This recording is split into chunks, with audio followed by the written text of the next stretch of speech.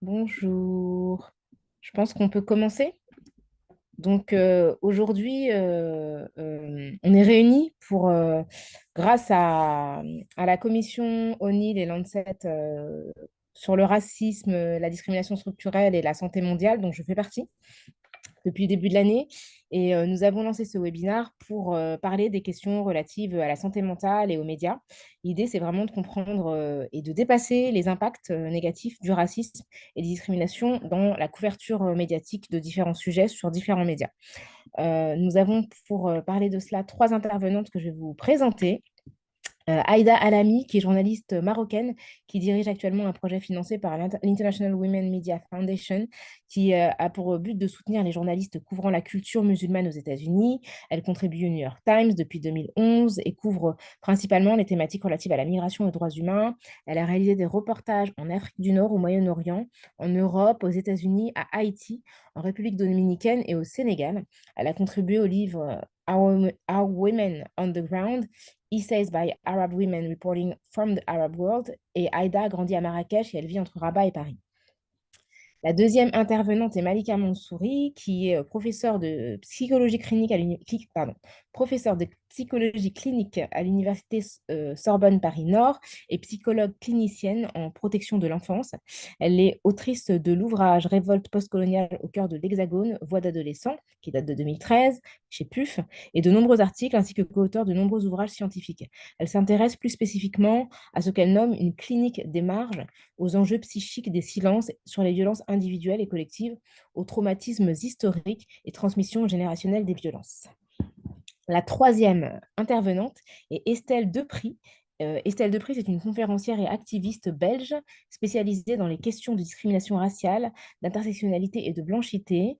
Diplômée en communication appliquée et titulaire d'un master en éducation continue, elle partage activement ses connaissances sur l'antiracisme via son compte Instagram qui s'appelle Semblant de rien.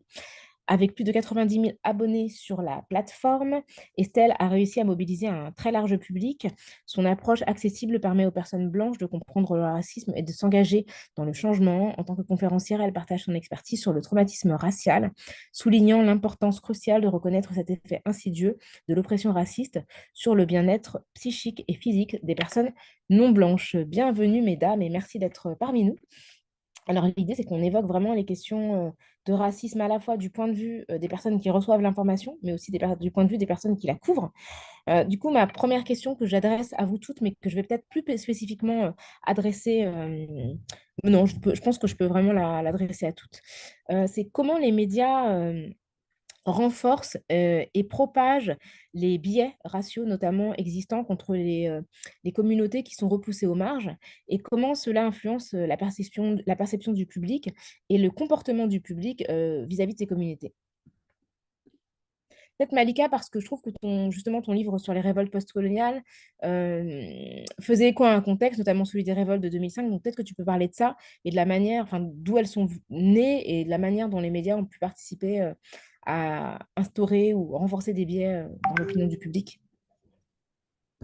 Oui, la question des médias vient rejoindre bien d'autres pans discursifs, j'ai envie de dire, de transmission qui renvoient en miroir ce que les uns et les autres sont supposés être. Ce que les jeunes que j'ai rencontrés me disaient, par exemple, c'est j'ai peur de prendre la parole parce que on caricature le trait et même lorsqu'on donne la parole, souvent on va mettre en scène un jeune qui est déscolarisé, qui s'exprime mal et qui va venir comme ça valider les représentations collectives de ce que cette altérité subalterne est supposée représenter. Alors, ça fait mal, ça fait peur aussi. C'est-à-dire que j'entends des jeunes me dire, j'ai peur quand il se passe quelque chose dans la société, au journal télévisé par exemple, j'ai peur qu'on dise qu'il s'appelle Mohamed ou qu'il s'appelle Mamadou, parce que tout de suite, on va encore nous enfermer dans une catégorie globalisante, massifiante, et qui réduit la subjectivité. C'est-à-dire qu'il a fait disparaître. Il n'y a plus d'individualité. Il n'y a plus de sujet au sens propre. Il n'y a pas une personne plus une personne, mais juste un magma globalisant qui enferme chacun individuellement dans ce à quoi il est supposé ressembler. C'est-à-dire que je ne suis plus moi, je suis ce que l'autre pense que nous devons être, et bien malgré moi, je dois m'affilier, m'identifier à ce groupe construit à partir des représentations négatives du collectif majoritaire, c'est-à-dire, pour ne pas dire dominant. Mmh. Euh, C'est extrêmement intéressant mon tutoie, hein, je me permets, ce que tu dis, Malika. Du coup, ma question pour toi, Aïda, qui est journaliste depuis quelques années, quelle est la responsabilité justement des médias dans la propagation de ce type de biais et dans la sélection des différents intervenants qui d'une certaine manière, valident les préjugés déjà existants? Bien sûr. Moi, j'ai commencé à vraiment m'intéresser aux questions raciales au Maroc.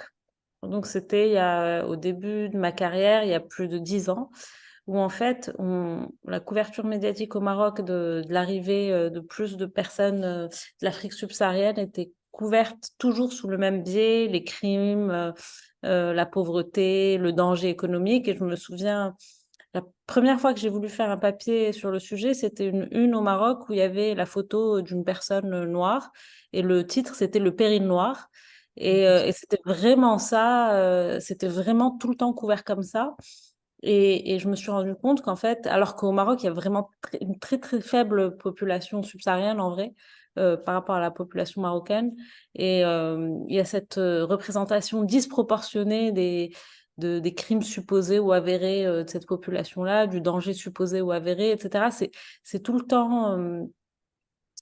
Et un des problèmes que j'ai réalisé au Maroc, c'est que vraiment les gens qui écrivaient sur ces sujets-là ne les maîtrisaient pas bien. Et puis, il y a un manque de représentation. Et je pense que ça s'applique à la France aussi, où j'ai pas mal travaillé, où souvent, beaucoup de personnes qui m'ont parlé des violences policières, des questions autour du voile, etc., sont pas des gens qui connaissent beaucoup de personnes concernées ou qui sont eux-mêmes concernés par ces choses-là.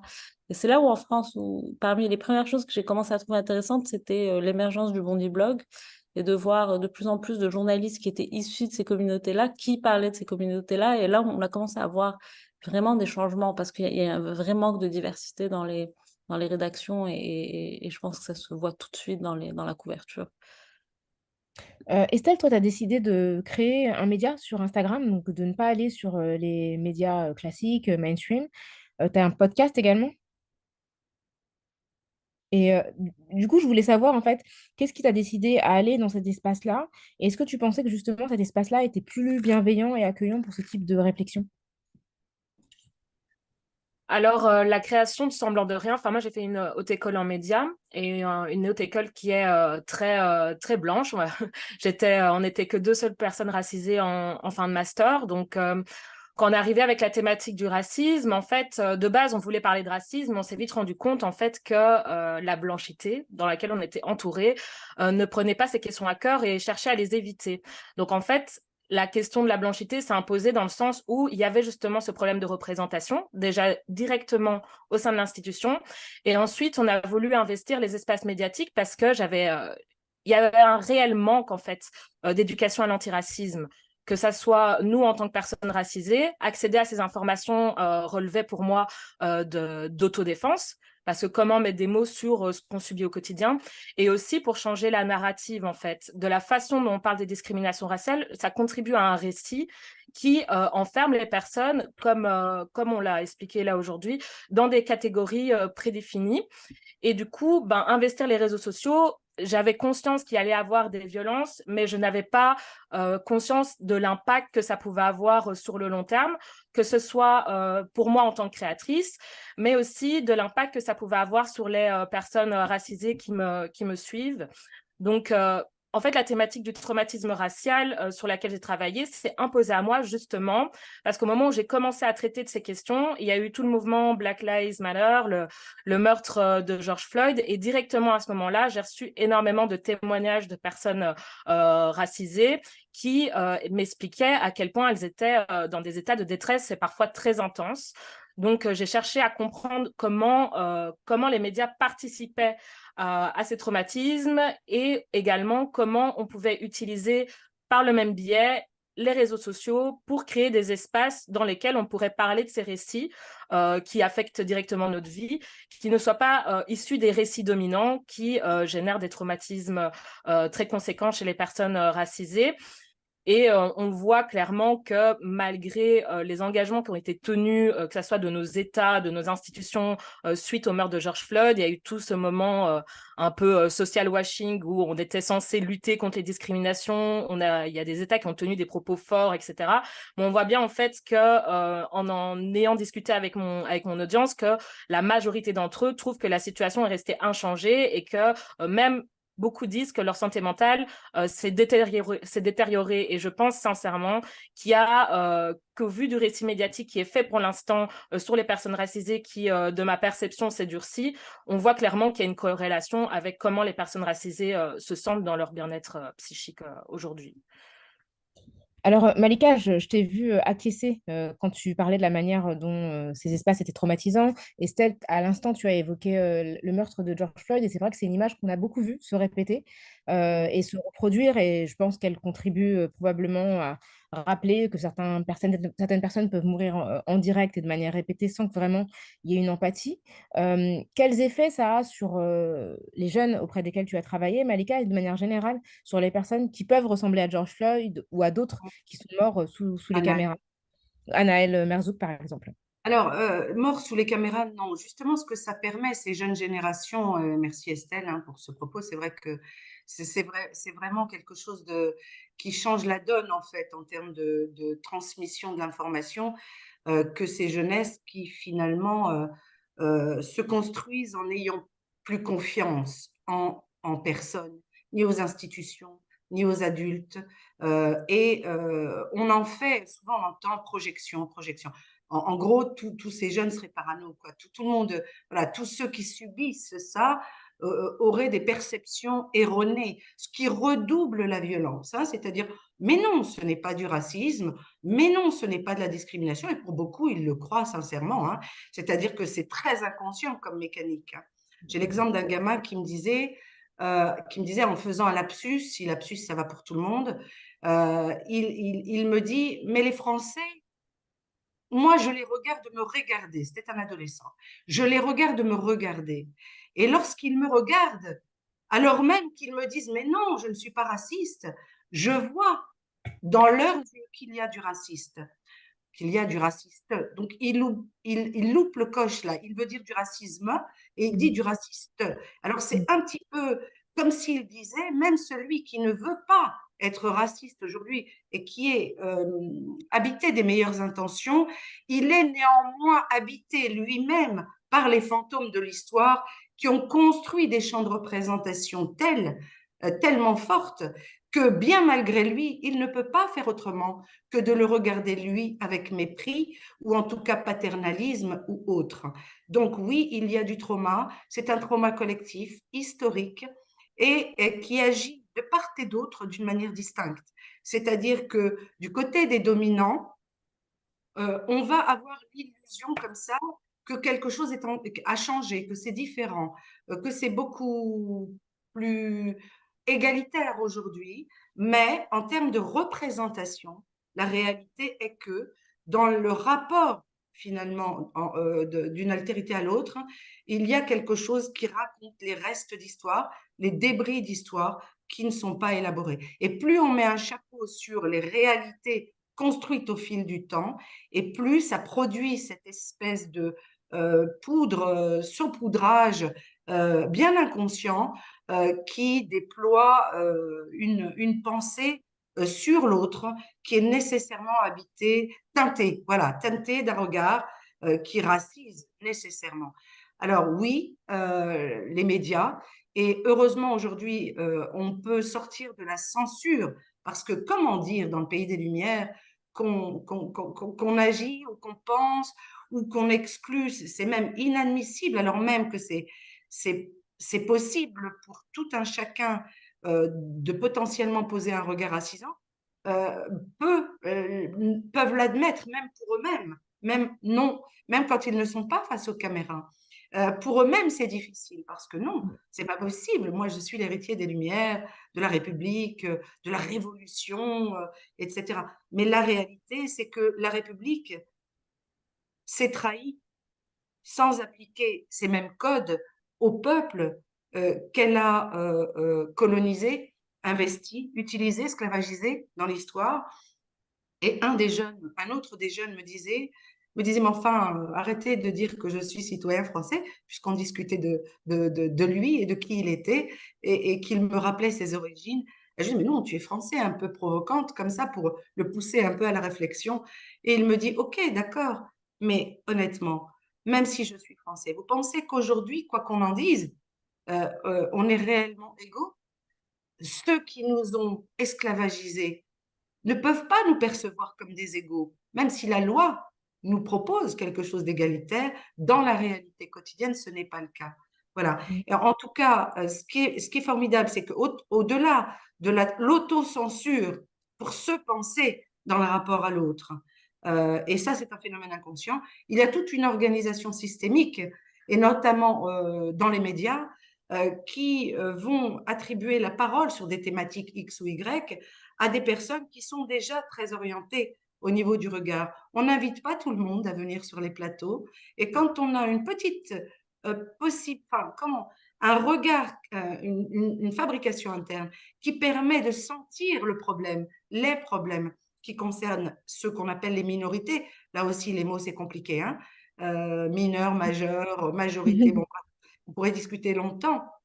Mais ces fameuses minorités, entre guillemets, prennent peu la parole sur les plateaux très regardés par la majorité des Français, par exemple.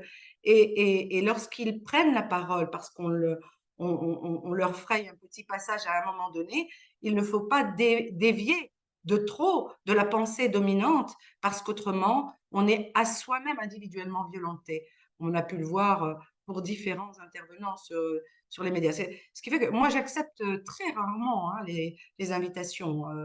C'est très difficile parce que,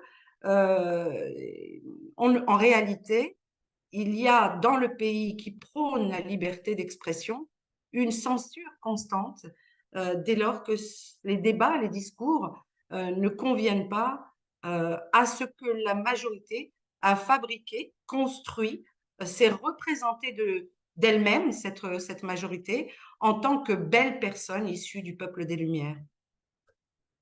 Merci beaucoup. Et pour poursuivre dans ça, moi, je me demande dans quelle mesure, parce qu'on parle des effets que ça produit sur les personnes qui sont potentiellement victimes de racisme ou qui sont justement décrites de manière stigmatisante dans les médias. Mais question pour vous trois, quels effets ça fait aux personnes qui sont en situation de domination et qui sont à même de perpétrer des violences? Est-ce que vous ressentez des effets justement de cette couverture raciste ou en tout cas de ces biais sur le sort en fait des personnes dans le quotidien? Je vais prendre, enfin si ça vous évoque rien, mais je vais prendre un exemple puisqu'on est vraiment là, désolé, mais dans l'actualité très très française. Mais et on reviendra tout à l'heure, Estelle a évoqué sur la question de la santé mentale des gens qui produisent de l'information, mais je garde cette question-là pour la fin parce que je pense que Aïda aussi a des choses à dire à ce sujet. Mais avant de revenir là-dessus, euh, le policier qui a tué Naël Merzouk est sorti de prison hier, après 5 mois de détention provisoire. Et pendant sa détention, il a collecté une cagnotte. Et cette cagnotte, de plus d'1,5 million d'euros, a été vraiment promue par l'extrême droite, donc par des gens, de cette manière, qui ont participé à normaliser le fait qu'on puisse abattre un adolescent de 17 ans en plein jour, sans raison réelle. Donc, est-ce que vous avez l'impression que justement ce genre de médiatisation incite les gens à se solidariser avec des personnes qui peuvent être autrices d'actes racistes? Euh, si je peux me permettre, Ouais, Rokaya. Aïda. Mm. Je pense qu'en fait, déjà, il y a des choses qui se passent assez, pas naturellement, mais il y a des mécanismes. C'est-à-dire, si le JT parle tout le temps de crimes commis par des personnes racisées, on voit tout le temps des gens racisés qui commettent des crimes. euh, Plutôt que, par exemple, si on montrait à chaque fois qu'une personne non racisée, à la même fréquence, c'est pas le cas. Donc, il y a cette idée que les statistiques criminelles sont probablement démontre probablement que la police a raison de brutaliser certaines minorités raciales plus que d'autres. Je pense que ça joue beaucoup. Il suffit de regarder en fait les infos toute la journée et on est bombardé d'informations négatives sur certaines populations et je pense que ça contribue tout simplement à ce que les gens voient ça d'un certain biais. J'ai discuté avec énormément de gens qui étaient très en désaccord avec ma couverture de la France en général, qui trouvent que les médias anglo-saxons ne comprennent pas du tout la France, qu'on importe une vision américaine aux dynamiques de la France, etc. Alors que je me sens très légitime de parler de la France, étant très francophone, étant issue d'un pays qui était un protectorat français, ayant passé beaucoup de temps en France. Je n'ai pas du tout l'impression de passer à côté des dynamiques françaises. Et en fait, ils arrivent ils arrivent vraiment pas ils arrivent pas à comprendre comment les médias anglo-saxons voient des choses que leurs médias ne voient pas de la même manière. Et pour eux, forcément, si les médias anglo-saxons couvrent ça d'une certaine manière, c'est parce qu'ils comprennent pas la France. Et c'est tout. Et c'est juste qu'on comprend pas et qu'on a l'impression d'être à Détroit ou à Chicago et que on comprend pas que la France est différente, alors que absolument pas, que énormément de gens qui écrivent sur la France, ils passent beaucoup de temps, parlent la langue, comprennent vraiment la France, et c'est juste que et c'est encore une fois, je reviens à mon point de tout à l'heure, et je me répète, c'est que c'est un manque de diversité, de représentation. On en revient toujours, je pense. Euh, est-ce que vous avez des exemples dans l'actualité récente de choses dont on a beaucoup parlé qui ont eu un impact sur la santé physique ou mentale de personnes non blanches? Moi, j'ai en tête évidemment le meurtre de Naël Merzouk, on en a parlé. Il y a le débat sur les abayas, par exemple, mais il y a aussi tout ce qui se passe actuellement à Gaza, après le massacre perpétré par le Hamas. Et qui, voilà, il y a des gens qui prennent la parole, mais qui en subissent les conséquences. Donc, est-ce que vous avez des exemples de choses qui ont pu avoir lieu récemment?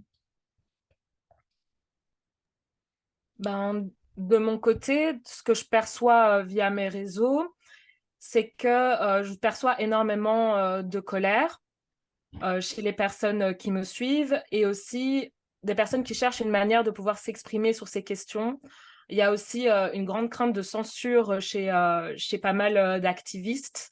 Euh, on essaye de mettre des stratégies pour communiquer sur ces questions sans subir des suppressions, etc.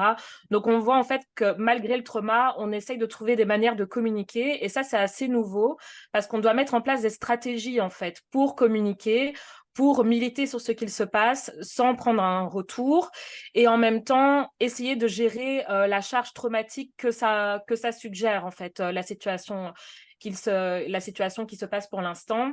Et du coup, je trouve que c'est quelque chose d'assez nouveau. Je travaille sur les réseaux sociaux depuis 3 ans et j'avais jamais remarqué ça de cette ampleur-là, en fait. Comme si un peu les règles du jeu avaient été redistribuées et qu'on devait réapprendre à communiquer tout en essayant de gérer ce trauma. Il y a aussi cette impossibilité, et je pense que vu la gravité de la situation, je crois aussi qu'il y a beaucoup d'activistes, notamment, qui ne se permettent pas de prendre du temps pour leur santé mentale et qui, du coup, partagent dans les espaces privés le fait qu'ils ont des difficultés à dormir, des gros moments de colère, des crises de larmes, des crises de panique, d'anxiété. Et ça, déjà, on en discutait beaucoup entre nous quand on avait milité par rapport à la cagnotte de la honte du policier qui a assassiné Naël. Et déjà, à ce moment-là, la santé mentale était vraiment mise à mal. Mais là, j'ai l'impression que, vu le génocide qui est en cours, c'est comme si cette vague-là avait pris toutes les vagues d'avant avec elle, en fait. Et qu'il est vraiment compliqué maintenant de trouver des solutions pour prendre soin de notre santé mentale parce que même moi, dans mes conférences, ce que je dis, oui, faites attention au self-care, reprenez soin de vous, faites des régimes médiatiques, etc. Mais on se rend compte, en fait, qu'avec toutes ces vagues et toutes ces polémiques racistes, qu'en fait, le temps qui nous est à disposition pour essayer de guérir de ces blessures, en fait, est beaucoup trop réduit. Et je suis sincèrement inquiète sur les impacts que ça va avoir à long terme, que ça soit pour certaines personnes qui, parce qu'elles ont pris certaines positions, vont avoir des difficultés sur leur lieu de travail, que ça soit par rapport à la façon dont elles peuvent communiquer sur les médias ou comment elles vont se remettre en fait de ces traumatismes-là. Parce que si ce que je remarque beaucoup depuis que je parle de la thématique des traumatismes, c'est que en fait comment trouver du soutien, comment avoir accès à des professionnels qui prennent en compte également la charge raciale, parce que bien souvent, ce qui se passe, c'est que quand on va aller chercher du soutien par rapport au traumatisme qu'on a, par rapport à ce qui se passe aujourd'hui, ben, on va subir des micro-invalidations, donc on va invalider le fait que le racisme est une cause de traumatisme, ou alors on n'a pas accès à ça pour des raisons financières. Donc, en fait, il y a tellement d'éléments qui se mettent en place là maintenant qui font que c'est de plus en plus compliqué pour les personnes qui sont face à ce qu'il se passe de trouver du soutien. Et personnellement, ça m'inquiète beaucoup pour la suite, quoi, parce que je ne pense pas qu'on va sortir de la situation rapidement. Malika, comme tu as travaillé sur les révoltes et sur la manière dont les jeunes se mobilisent, entre guillemets, violemment après des crimes, enfin des crimes racistes de la part de policiers, cette année, on a eu vraiment un cas enfin, assez exceptionnel après le meurtre de Naël en France. Est-ce que tu peux nous parler des mécanismes justement qui sont activés pour que les jeunes en fait, décident d'aller dans la rue et d'exprimer leur colère? Parce que l'information, ils l'ont via les médias. Donc, qu'est-ce qui, dans ce qu'ils entendent dans les médias, dans les déclarations publiques, leur donne tout à coup envie d'aller dans la rue et de détruire des biens matériels? Déjà, il faudrait pouvoir définir ce qu'est l'adolescence. La plupart des jeunes qui participent de ces révoltes, plus que de ces émeutes, parce que même le mot émeute, c'est la meute, et là, on est encore dans quelque chose d'enfermant et de racisant. Donc, ces révoltes d'adolescents nécessitent de penser ce qu'est l'adolescence. Le temps de l'adolescence, c'est le temps de la révolte. Pour tous les adolescents du monde. C'est le temps de l'impossibilité à contenir les pulsions. Donc, la colère, la tristesse, etc., ça s'exprime beaucoup dans une forme d'agir ou une autre. Alors, on a là des adolescents qui, par ailleurs, vivent socialement une réalité qu'ils connaissent intimement. S'il y en a un qui meurt ici ou là, ce n'est pas un cas isolé pour ces jeunes. C'est tellement fréquent. Ils connaissent tous quelqu'un qui est mort dans un quartier à un moment donné ou qui a qui a risqué la mort en tout cas. Et ils ont très peur, en réalité, ces adolescents, paradoxalement. Sauf que les adultes sont réduits à l'impuissance. Les parents, les adultes, même bien positionnés socialement, personne ne réagit parce que ça reste des groupes dits minoritaires et non pas toutes les armes pour pouvoir bouger. Donc là, il y a quelque chose que Fanon décrivait très bien. Il décrivait très bien ça. Pour des adultes, il le décrivait très bien. Il dit, quand un être est acculé, quand il est acculé, qu'il n'y a plus aucune possibilité de faire, il n'y a plus que deux solutions pour l'être humain. C'est soit l'implosion, et là on est dans le champ de la psychopathologie ou du traumatisme avec toutes les manifestations que ça peut avoir. Et on a beaucoup de cas de décompensation, on les appelle comme ça, dans les quartiers populaires. Alors évidemment, là, eux, ils ne posent de problème à personne, donc on en parle très peu, sauf qu'ils sont bien là. Et puis il y a l'inverse, soit l'implosion, donc des cas de décompensation psy, on va mettre psy au sens large, soit des comportements qui viennent dire l'implosion, l'explosion, pardon, l'inverse.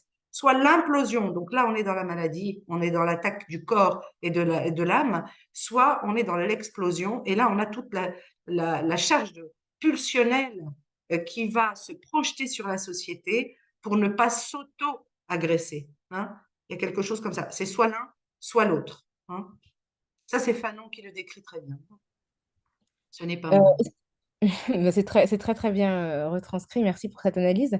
Est-ce que vous avez d'autres actualités, peut-être toi, Aïda, dont vous avez l'impression qu'elles affectent des personnes de votre entourage ou le public de manière générale, ou que justement vous n'arrivez pas forcément à en rendre compte de manière juste en tant que journaliste ou créatrice de contenu pour toi, Estelle? Sinon, on passe à la question suivante. Hein. Il n'y a pas de... il y a pas de question. Je peux peut-être parler de ce qui s'est passé là dernièrement en Belgique. Déjà, je vais juste faire une petite parenthèse par rapport au récit médiatique qui est en France, parce qu'il y a une petite différence avec la Belgique francophone. En Belgique francophone, on a un principe qui s'appelle le cordon sanitaire, qui fait qu'en fait, on n'invite pas sur les chaînes publiques, on n'invite pas les partis d'extrême droite. Et ça, je trouve que c'est une grande différence quand même avec la façon dont la parole raciste et même la partialité raciale de certains médias est complètement décomplexée en France. Mais notamment, ça nous affecte quand même aussi en Belgique, dans le sens sens où on a accès à la plupart des chaînes de télévision continue, d'information continue françaises en Belgique. Mais il y a, en raison de cette influence, il y a certains partis politiques qui essayent de faire péter le cordon sanitaire, en gros. Donc ça, c'est aussi une différence. Par contre, en Belgique, le récit raciste, il existe, mais on va dire qu'il est un peu plus sur des formes de racisme plus subtiles. On va plus être dans du gaslighting, on va essayer de minimiser en fait les événements racistes et avec une partialité qui n'ose pas dire son nom. Ça, c'est plus le contexte belge. Et dernièrement, en fait, on a vu un petit garçon de 9 ans, Mathis, qui a été plaqué au sol dans son école primaire Annaline, dans la province de Charleroi. Et du coup, en fait, la réaction médiatique a été assez problématique, car sur la première chaîne d'infos belge, il y a eu un débat qui demandait aux personnes du public, est-ce que cet événement-là vous choque, oui ou non? Donc, on est quand même dans un pays où on se pose la question de savoir si un petit garçon noir plaqué au sol dans son école primaire qui avait été insulté, de sale noire par un autre élève et qui avait fait une crise de colère parce que personne n'écoutait en fait sa douleur, l'autre enfant n'avait pas été sanctionné par rapport aux propos racistes et l'enfant a une crise de colère, ce qui peut être compréhensible face à un enfant de 9 ans. Et bref, bon, on a appelé la police, il a terminé plaqué au sol et cette histoire a fait un peu le tour des médias. Et quand j'ai vu en fait ce débat-là, je me suis vraiment posé la question.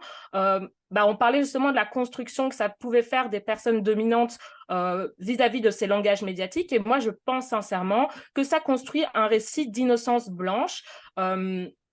L'innocence blanche est un concept antiraciste et décolonial qui décrit comment les États anciennement coloniaux construisent une auto-perception qu'ils ont de leur moralité et de leurs dispositions vertueuses envers les personnes racisées et les personnes non blanches. Et là, on voit clairement que, en fait, poser cette question, en fait, ça mettait vraiment, et les réponses qu'il y a eu, la plupart des personnes se disaient pas choquées, comme quoi si l'enfant avait fait une crise de colère, c'était tout à fait acceptable. Et je pense que ces récits-là, en fait, contribuent à créer aussi la race, mais créer aussi la race pour les personnes blanches. Donc, on crée la race sur le corps d'un petit garçon noir qui va avoir sans doute des traumatismes dus à ce qu'il a subi dans son école. Et en même temps, on construit un récit qui permet de faire croire à la population que c'est tout à fait acceptable de ne pas être choqué et que c'est tout à fait normal de ne pas être choqué face à des images de violences policières. Et même quand ça touche à des enfants minorisés. Donc, évidemment, ça a produit un traumatisme collectif auprès des personnes noires en Belgique, notamment. Et aussi, ça a réveillé le traumatisme de ce qui s'est passé avec le meurtre de George Floyd. D'ailleurs, même la maman de Mathis a évoqué que quand elle a vu son petit garçon par terre avec le genou du policier, elle a directement pensé à George Floyd. Donc, je pense sincèrement qu'avec les événements racistes qu'on a vécus il y a 3 ans, on va voir des formes, pas des formes nouvelles de racisme, mais des façons de répondre aux traumatismes raciaux qui vont s'adapter en fait.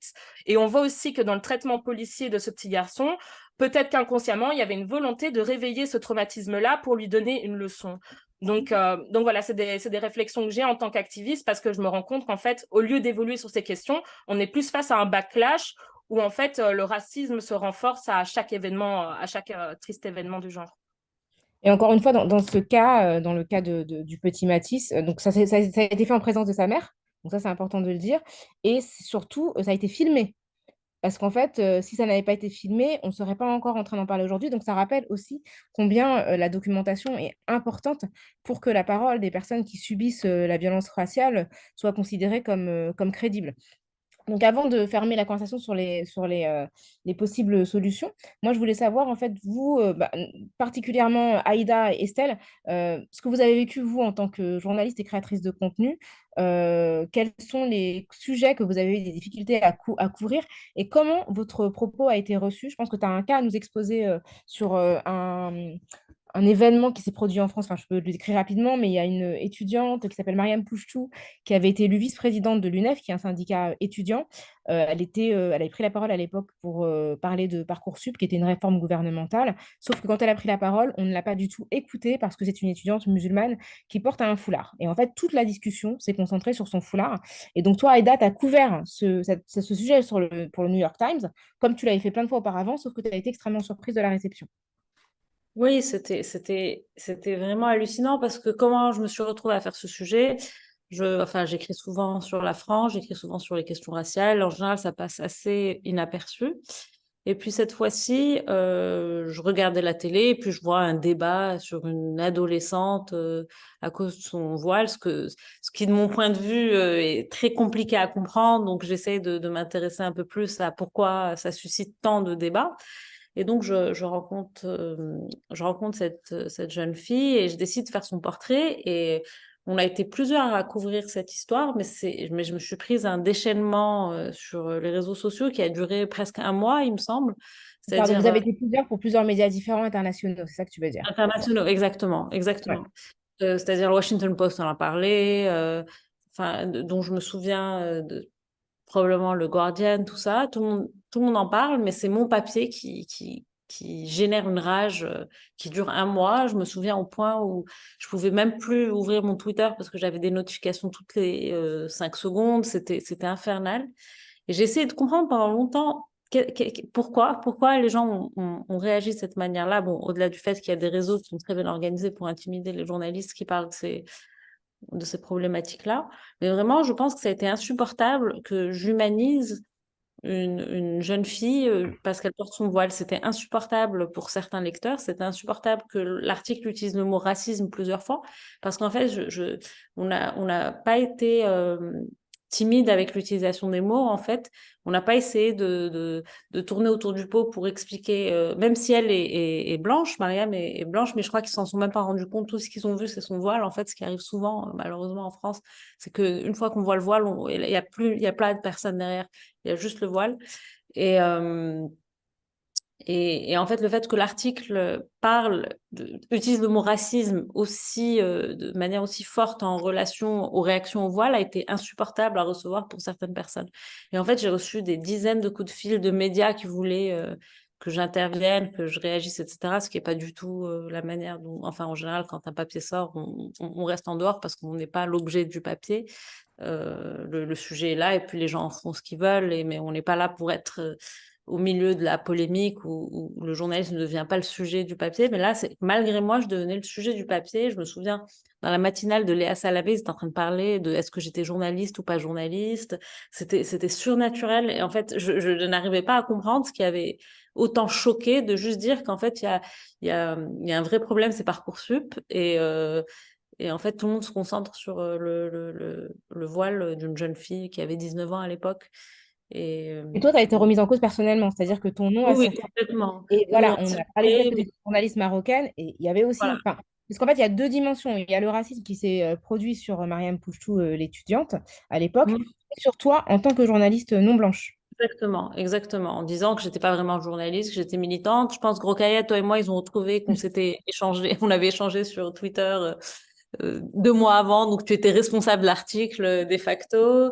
Enfin, c'était que des débats comme ça interminables et c'était vraiment étrange et il y avait une incapacité. Moi, ce qui m'avait marqué à ce moment-là, c'est une incapacité de se mettre, d'avoir de l'empathie pour cette personne. Et en fait, la déshumanisation, elle vient du fait que les films, les séries, les livres parlent des musulmans, du voile, des personnes racisées d'une certaine manière. Et donc, le jour où une personne comme ça est attaquée, ben, en fait, ça ne crée aucune empathie chez les gens. Mm. Et ça vient pas de nulle part, ce manque d'empathie.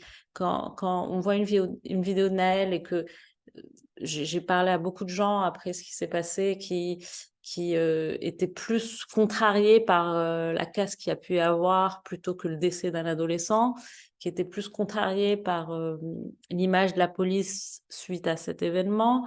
C'est assez intéressant de voir d'où vient ce manque profond d'empathie, à quel moment on ne voit plus des gens comme des gens méritant l'empathie tout simplement. Et je pense qu'il suffit de regarder en fait toute la culture populaire autour de ces sujets-là et on comprend assez vite en fait. Et toi, Estelle, merci beaucoup, Aïda, pour ce partage. Enfin, je pense que ce sera si la question se pose, mais c'est aussi important de se rappeler que bah, vous êtes des personnes aussi humaine, et que du coup, vous avez aussi, enfin, vous subissez aussi l'impact de ce harcèlement qui peut vraiment vous toucher en termes de santé mentale. Toi, Estelle, récemment, tu as vécu une mésaventure avec ton compte Instagram qui a été suspendu. Est-ce que tu peux nous en parler aussi? Parce que ça arrive souvent sur les comptes Instagram pédagogiques, notamment sur l'antiracisme et sur le féminisme, de se retrouver soit suspendus, soit shadow banned. Donc, c'est-à-dire qu'ils ne sont pas vraiment bannis, mais ils ont moins de visibilité. Alors oui, moi ça s'est passé en octobre. En fait, j'ai subi plusieurs types de censure. J'ai vraiment fait toutes les techniques de censure possibles sur Instagram. Donc j'ai été shadowban, c'est-à-dire que quand on tape l'URL de votre compte dans la barre de recherche, on ne vous trouve pas. J'ai eu aussi des restrictions de visibilité. Et notamment sur des questions qui touchaient à certains sujets, dont la suprématie blanche, parce que je traite de blanchité, et donc je parle de suprématie blanche, pas vraiment des groupes suprémacistes en tant que tels, mais vraiment du système politique dans lequel nous sommes ancrés. Et du coup, c'est pas un sujet qui plaît fatalement, surtout que le nom de ma page, c'est un jeu de mots, c'est semblant de rien. Et en fait, c'est l'idée que la plupart des personnes blanches font semblant de rien lorsqu'on leur parle de racisme, qu'elles préfèrent être dans le déni, etc.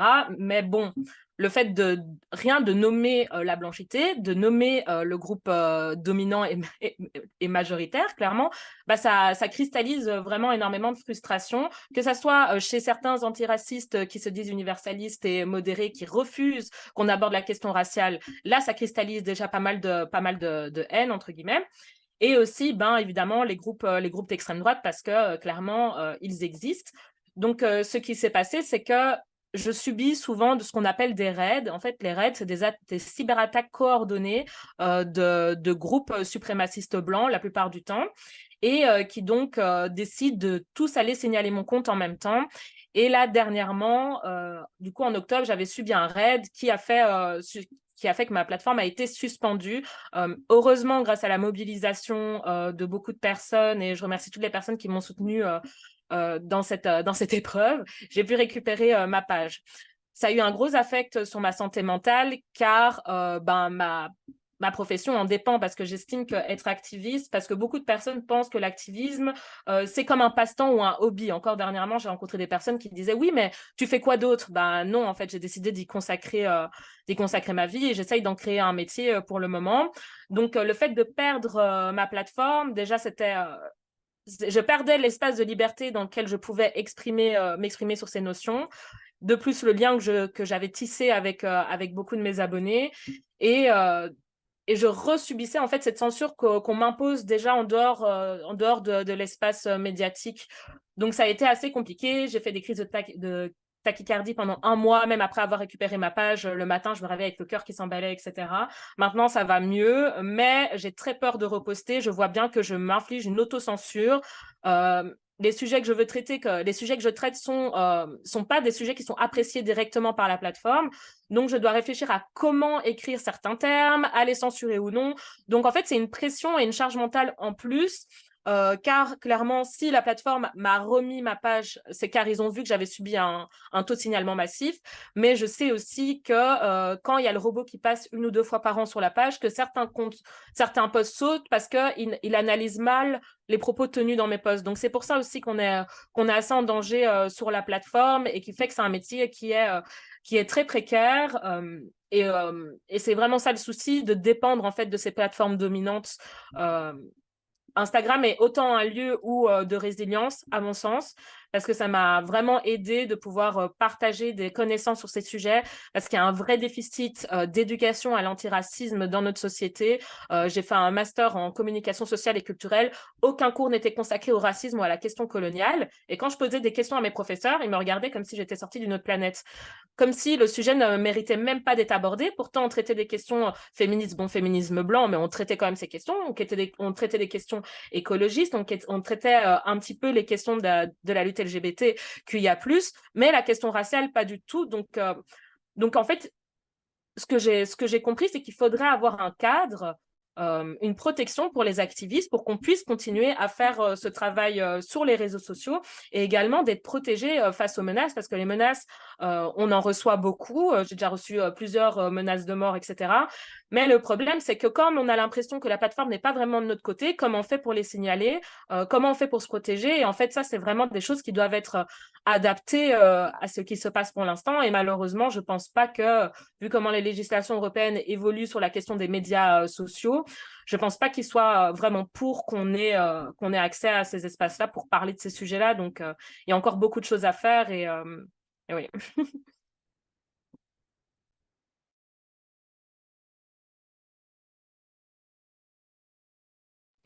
Ok. C'est le Ton moment, ouais, micro. pardon, j'ai eu mon micro. C'est le moment de l'échange avec le public. Mais avant de passer la parole au public, j'aimerais beaucoup entendre Malika sur ce qu'on vient d'entendre, sur la manière dont, enfin, en tant que psychologue, hein, donc, le fait d'essayer d'informer et d'interpeller sur les questions raciales, finalement, ça nous conduit à être confrontés en fait à des expériences traumatisantes. Mm. Oui, oui, non, j'étais très touchée par le témoignage. Là, les deux témoignages, hein, Aïda et Estelle, ça n'est pas rien. Sur les deux, il y aurait beaucoup de choses à développer. Rapidement, je dirais que déjà le mot santé mentale, c'est compliqué. Ça englobe un espèce de sac comme ça, un peu psychiatrique. Mais les problématiques que tout ça induit, les problématiques que tout ça induise, c'est beaucoup plus insidieux au niveau du fonctionnement intime, psychique, de narcissisme, enfin, comment dire, de l'estime de soi, pour le traduire dans un langage commun. C'est comment j'apprends à m'aimer. Et je dis souvent, un enfant seul, ça n'existe pas. Un être humain seul, ça n'existe pas. Et c'est aussi par le regard de l'autre, comme le regard maternel sur son bébé, que on va déterminer si on est aimable ou pas. Et à force de regards collectifs, négatifs et même agressifs, violents, qui vient rayer comme ça toutes les constructions de pensée, d'action, eh bien, on peut être très réduit à l'impuissance. Ça peut attaquer le corps, hein, peut se déclencher des maladies, vraiment. Ça, c'est une chose. On peut aussi se soumettre d'une certaine manière à se réduire soi-même pour ne plus être violenté. Et c'est là justement la chose que je voulais raconter tout à l'heure avec les adolescents, c'est que eux, cette peur-là, ils ne l'ont plus, celle des adultes ils vont foncer, agir et faire un peu n'importe quoi, ce qui va ensuite être réutilisé par le collectif, voilà. Mais soi-même, quand on se positionne, quand on est dans cette pulsion de vie, parce que c'est ça, hein, Estelle, je vous entendais dire activiste, s'activer, faire, bon, militer, ce que vous voulez. C'est contrer justement ce qui est du côté de la déprime. Ne pas s'effondrer, c'est agir, se mettre en action, produire. Mais quand en face, la majorité vient l'empêcher, alors on peut retomber dans quelque chose oui, qui ramène à l'impuissance et à quelque chose d'une implosion, quoi. Soit passé par le corps, soit par le psychique. Voilà. Et les violences les plus insidieuses, parce que dénier, ah, mais non, je ne suis pas raciste. Mais non, ce n'est pas pour ça. C'est vous qui dites n'importe quoi. Donc, retournement. Et ça, on le voit bien avec, Rokhaya a évoqué là, il y a quelques instants le conflit en cours au Proche-Orient. Là, on a des médias français qui ne transmettent qu'une seule vision de ce qui s'y déroule, sous l'égide en plus d'un système de communication qui vient de l'armée israélienne. Donc, en fait, on ne sait rien sur rien. Et du coup, ça désubjectivise aussi quelque peu l'humanité de ceux qui subissent ces dernières semaines les bombardements et qui meurent de manière anonyme. Ça n'est pas rien. C'est ça aussi. Hein, tais-toi, reste dans l'anonymat, ne parle pas. Hein. De toute façon, tout ce que tu dis est faux ou est inutile ou nous attaque. Alors, il y a comme un renversement. C'est-à-dire que là, euh, c'est comme si, au fond, l'autre qui prend la parole et qui s'active, qui fait, qui dit, devient le criminel, en fait. C'est lui. Alors, c'est comme Naël, c'est comme Floyd, c'est comme, voilà.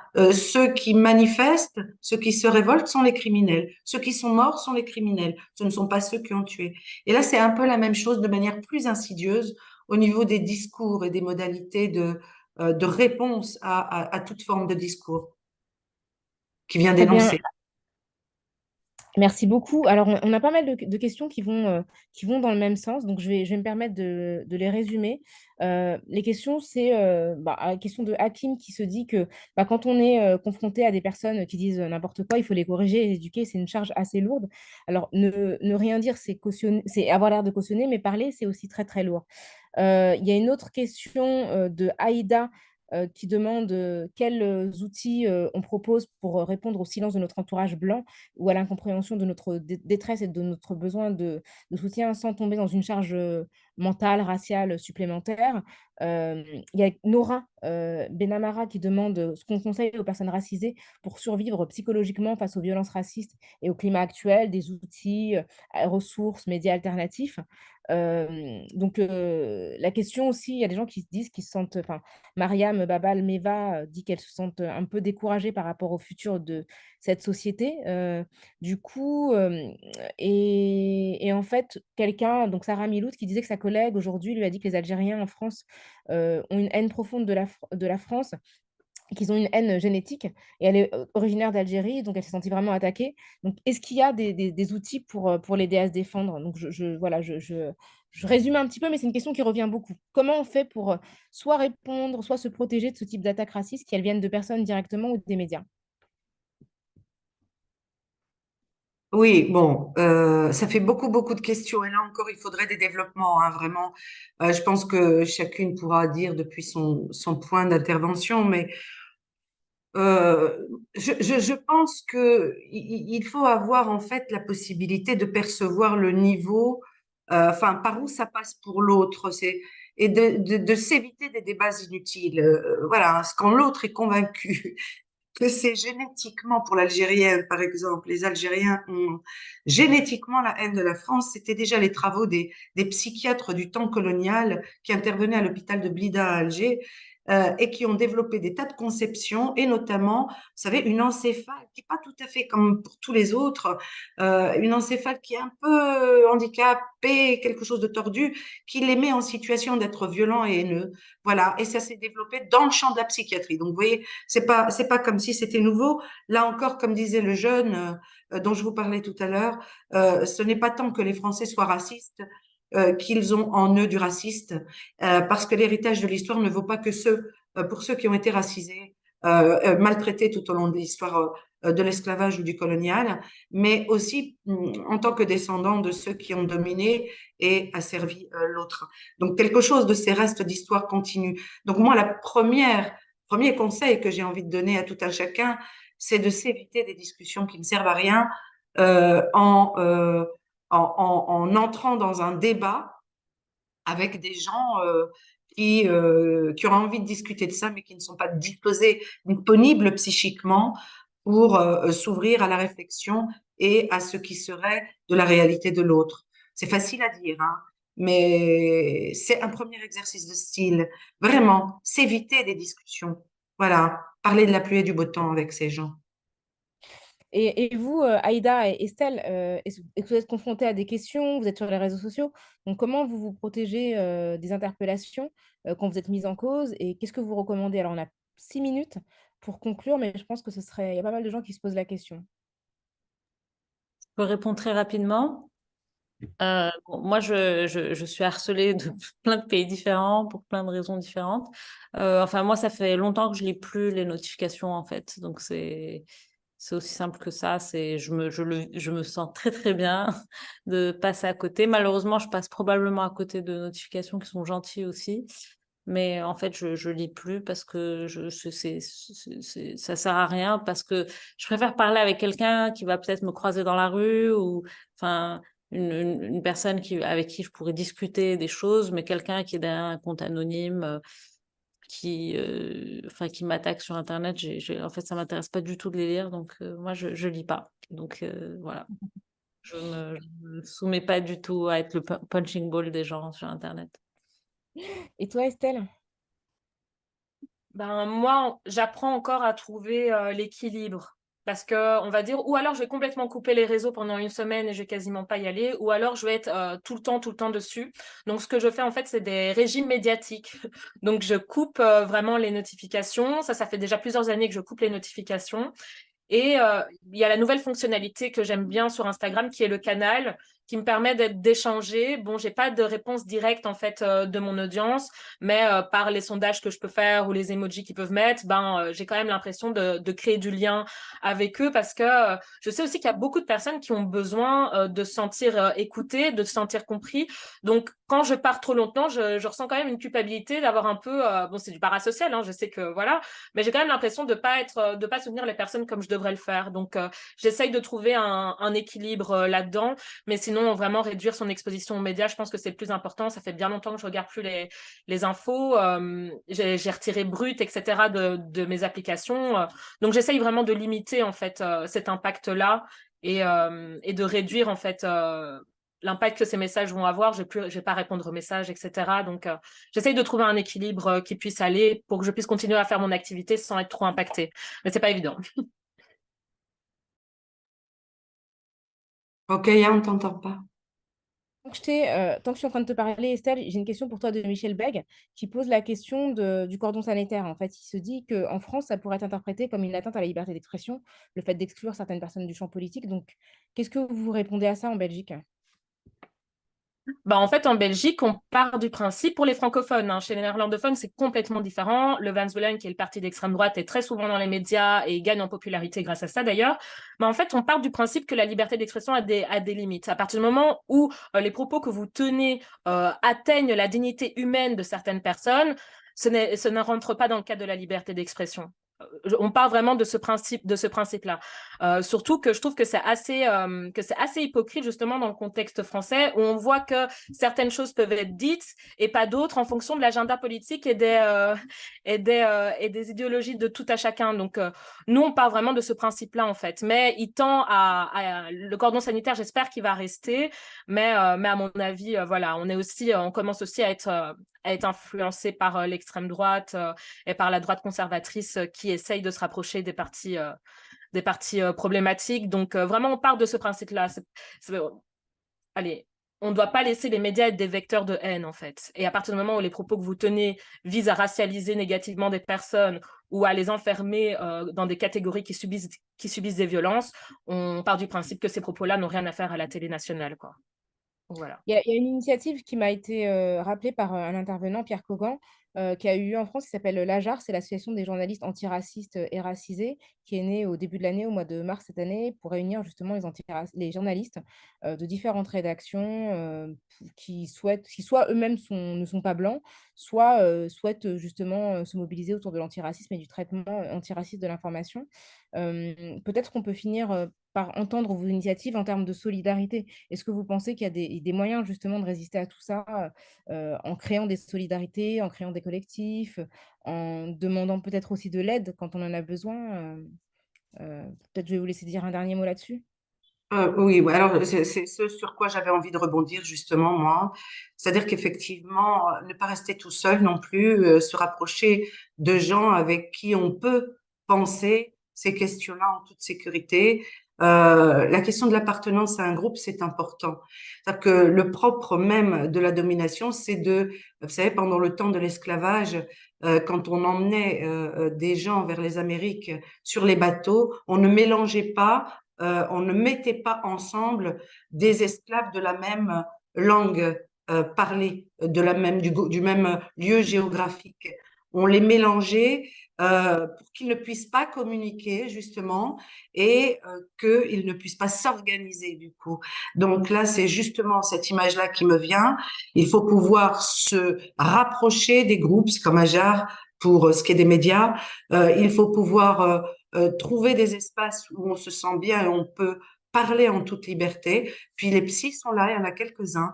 Et il y a notamment des psys qui tentent de s'organiser d'une façon spécifique en considérant que les personnes racisées ont besoin de gens racisés comme psy pour les accompagner. Il y en a quelques-uns, ça grossit et regardez bien, vous allez trouver. Voilà. Un dernier mot, Estelle et Aïda. Moi, le seul conseil que j'ai à donner, c'est, bon, Malika connaît ces sujets beaucoup mieux que moi, mais vraiment prendre soin de soi, et c'est hyper important, prendre soin, faire du sport. Enfin, c'est un peu basique comme conseil, mais c'est vraiment important. C'est bien dormir, bien manger, s'entourer de gens, aussi se nourrir de choses positives et puis rester dans une communauté, qui est soutenante. C'est super, super important. On se sent beaucoup mieux. Moi, j'ai eu des moments beaucoup plus difficiles, notamment au Maroc, où beaucoup de journalistes sont en prison. J'ai vu des amis les uns après les autres finir en prison de manière totalement injuste. Et c'est dans des moments-là où on se rend compte que c'est très, très important de se renforcer psychologiquement et de rester concentré, d'être avec des gens qui nous soutiennent dans des moments comme ça. Et Estelle, pour terminer. Alors, je rappelais la citation d'Audre Lorde qui disait que l'autopréservation est un acte de combat politique et que donc si on veut préserver tout simplement son bien-être, il ne faut pas avoir honte en fait de se retirer de conversations ou de fixer des limites, même avec des personnes qui ont des bonnes intentions, parce qu'il peut y avoir plein de personnes alliées potentielles qui vont faire des micro-agressions, qui vont invalider sans avoir vraiment cet habitus hyper raciste, on va dire, mais du coup, ne pas ressentir de difficulté à couper certaines conversations et à se préserver de tout ça, ne pas non plus culpabiliser quand, par exemple, pendant 2 jours, vous n'êtes pas sur les réseaux sociaux à poster votre soutien à telle ou telle personne ou pays qui subit des violences. Il faut aussi pouvoir se laisser ce temps de préservation parce que sinon, sur le long terme, vous n'allez pas pouvoir continuer à être dans le chemin que vous avez choisi. Si vous décidez d'être vraiment vocable par rapport à ce qui se passe et vraiment fixer des limites. Et voilà, je pense que c'est vraiment le plus important. Merci à vous trois. On aurait aimé vous entendre plus longuement. Malheureusement, il est 17h02. On est un petit peu débordé. Donc, merci beaucoup à Aïda Alami, journaliste. Merci beaucoup à Estelle Depré, créatrice de contenu. Merci à Malika Mansouri, professeure de psychologie clinique, pardon. Merci aussi au O'Neill Institute, à la commission du O'Neill Institute et de l'ANSET d'avoir permis cet échange. Merci à Estella, à Sarah d'avoir tout organisé en amont. L'échange est enregistré, on diffusera les liens sur nos réseaux sociaux respectifs, mais il y aura sans doute d'autres événements, donc n'hésitez pas à suivre la commission sur les réseaux et à vous tenir informés des prochaines activités. Merci à tous. On était une petite centaine là, c'est vraiment chouette d'avoir pu échanger avec vous tous et toutes. Merci, bonne fin de journée ou bonne journée pour ceux qui sont de l'autre côté de l'Atlantique. Au revoir.